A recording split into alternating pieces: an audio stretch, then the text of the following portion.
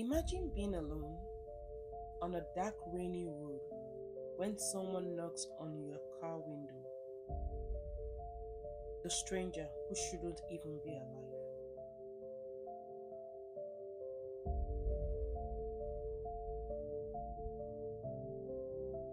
The rain fell in sheets that night, heavy and relentless, drumming against the roof of my car like impatient fingers. The wipers swayed desperately across the windshield, but there was no match for the storm. Beyond the glass, the road stretched endlessly, with nothing but shadows and mist. I wasn't supposed to be there. A wrong turn after one, a shortcut that wasn't a shortcut. That's what led me to that forgotten road. Midnight, no cars, no sign of life. And then my car coughed once, and the engine went silent.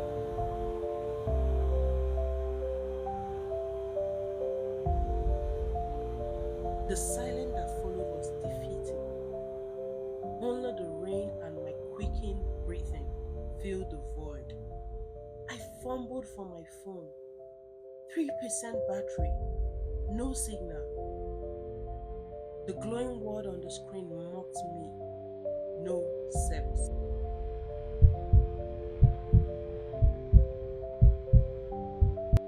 My chest tightened.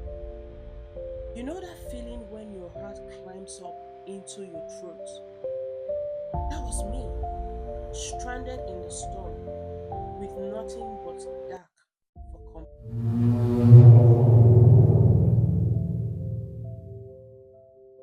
Minutes dragged by.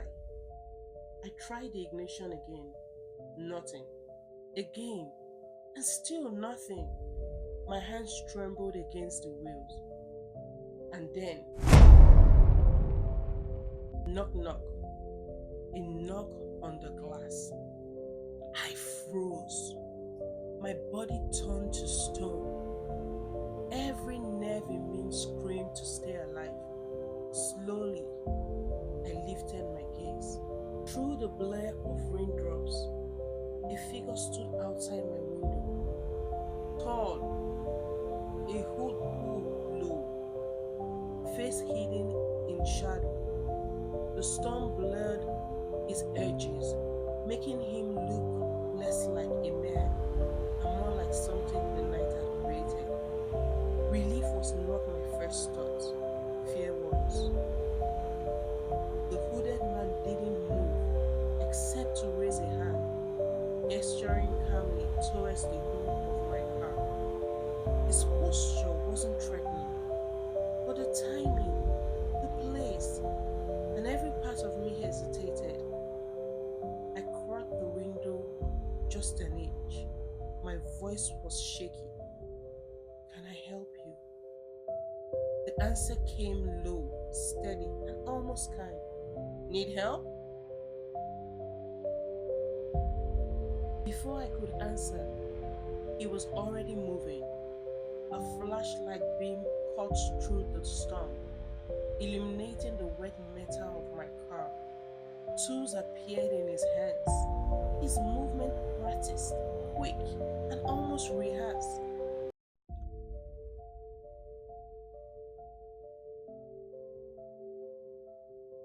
I sat frozen, praying silently. Every true crime story I have ever heard ran through my mind. And then the engine roared back to life. I opened my mouth to thank him, to at least ask his name.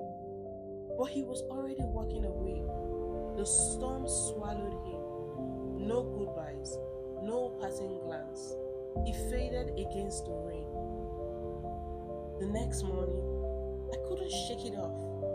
The face I never saw, the voice I barely heard, who had been there with me in the storm. I stopped at the small dining near the road. The waitress poured me a cup of palm wine, and casually, I described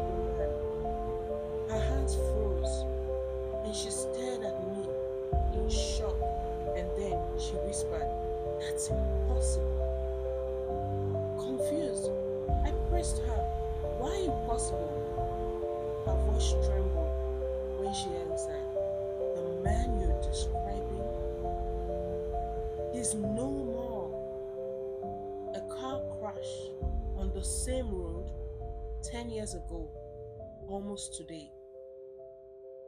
I laughed nervously, but she only disappeared behind the counter and returned with an old newspaper. And there he was, the same man, the same hood pulled over his head, the same quiet face. Everything in me ran cold. I don't know who or what helped me that night.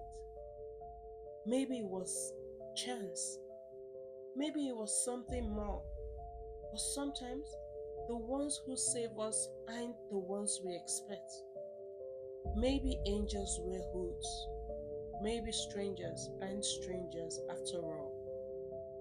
Until this day, whenever I drive that road, I can't help but wonder if he's still out there waiting for the next lawsuit.